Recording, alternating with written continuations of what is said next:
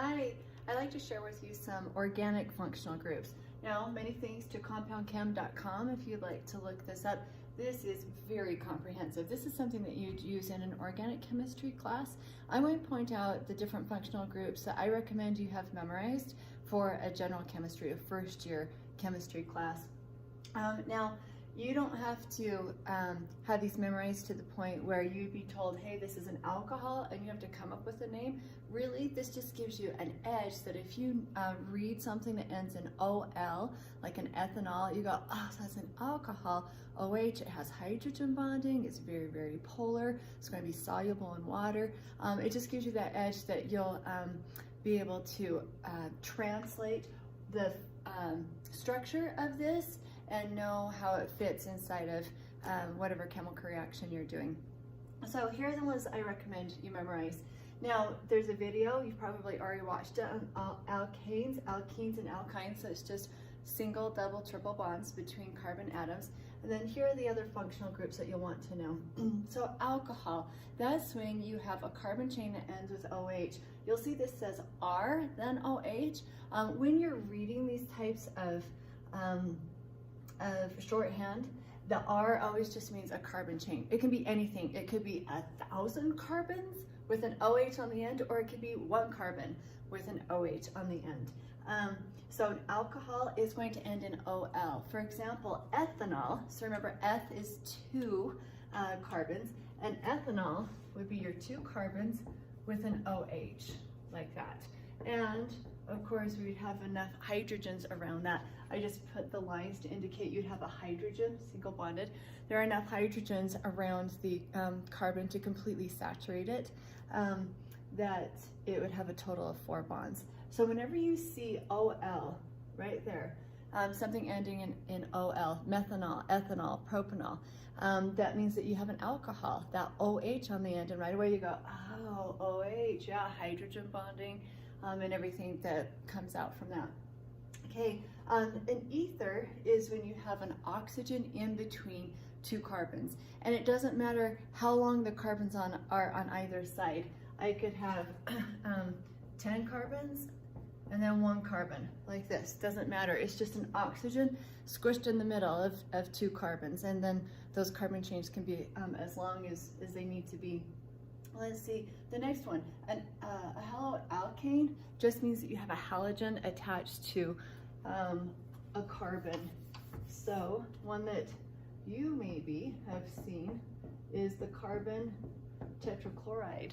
That would be considered a haloalkane because it's a halogen attached to carbon. And of course with that you're thinking polarity. That now this one, because it's symmetrical, those substituents are all the same, it's going to be nonpolar, they cancel out. But if we didn't have the symmetry, that would be a very polar molecule. So whenever you see a haloalkane, you go, oh yeah, I got to be thinking about polarity. Is it symmetrical? Is it not symmetrical? Does it share equally? The way that they name these is they will put the halogen in front. This is giving an example of a chloroethane. So again, I would have my 2 carbons, and then there would be a chlorine attached to one of them, and that would be your chloroethane. Next, aldehydes. You'll see aldehydes a lot, and these end in AL. So formaldehyde, that's a trade name, but the important thing is that it is a carbon with a double bonded oxygen and a hydrogen on it. Notice this R group, you could have a string of carbons attached to that last carbon, and it doesn't matter how many that is. Next, ketone, also really, really important. Ketones are when you have a double bonded oxygen on a carbon, and that carbon's in the middle of the chain somewhere. So notice you have an R1 and an R2. It just means that you have as many carbons as this particular compound has on either side, but somewhere in the middle, there's a double bonded oxygen. So notice the aldehyde, the double bonded oxygen has to be on the last carbon. But here in the ketone, the carbon has to be somewhere inside the carbon chain. It will not be the last carbon. Carboxylic acid, this is really the marriage between an alcohol and an aldehyde. So check this out. It's going to be the last carbon, And this R group means you can have as many carbons attached to it as you want, but it has the double bonded oxygen, like the aldehyde, and then it has the alcohol group on it. The ending on this is going to be oic acid. So the example that they give here is ethanoic acid. So you'd have your 2 carbons, and on the end carbon, you've got the double bonded oxygen with that alcohol group. Oh, and I don't think I mentioned, on the ketone, the ending on this is O-N-E, like ketone, propanone. So when you see O-N-E, you go, oh yeah, double bonded oxygen. So there you're thinking polarity. It's going to be a dipole-dipole. Here, you're definitely thinking polar molecule. You've got the hydrogen bonding plus that strong polarity of another double bonded oxygen on the carbon. Let's see here, an ester. So an ester is going to be the marriage between the ketone, because you've got the double bonded oxygen on this, plus the ether. You've got an oxygen in between 2 carbons. So the ester is going to both the double bonded oxygen and an oxygen in between 2 carbons. Let me draw this out for you. So there's my double bonded oxygen, another oxygen, and then your carbon. It's this part right here that makes the ester. Really interesting, esters are extremely fragrant. A lot of smells, a lot of pungent smells. Those are going to be esters.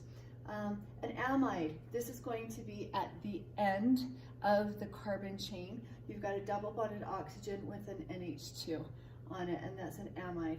The next one that I want you to know would be an amine. Oh, and on the amide, excuse me, you just end with A-M-I-D-E. I'm sorry, on the ester, it's O8. So this is ethyl ethanoate. So the O8, that tells you double bonded oxygen and then an oxygen in between the 2 carbons. Sorry about that. The amide is just any carbon chain with the NH2 on it.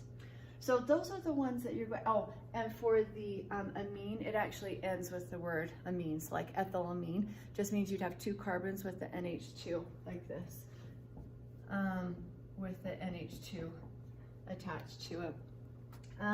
Of course, our amides and the amines, we see those on our amino acids. A lot of those are on the amino acids. So those are the little, hey, we're going to give you an edge that when you're reading names, you'll be able to pull out just from the name, oh, it ends in Al. You go, oh, it's an aldehyde, double bonded oxygen on the very last carbon. Or if it ends in oic acid, you'll go, oh yeah, this is double bonded oxygen with an OH on it. It just gives you a little bit of an edge as you're reading words. AP, if you're in AP chemistry, they don't expect you to actually write chemical formulas from the names, but they definitely use organic compounds in their chemical reactions, or when they're having you draw different Lewis dot structures or discuss intermolecular forces. So this just gives you a little bit of an edge. Okay, have a good day. Thanks.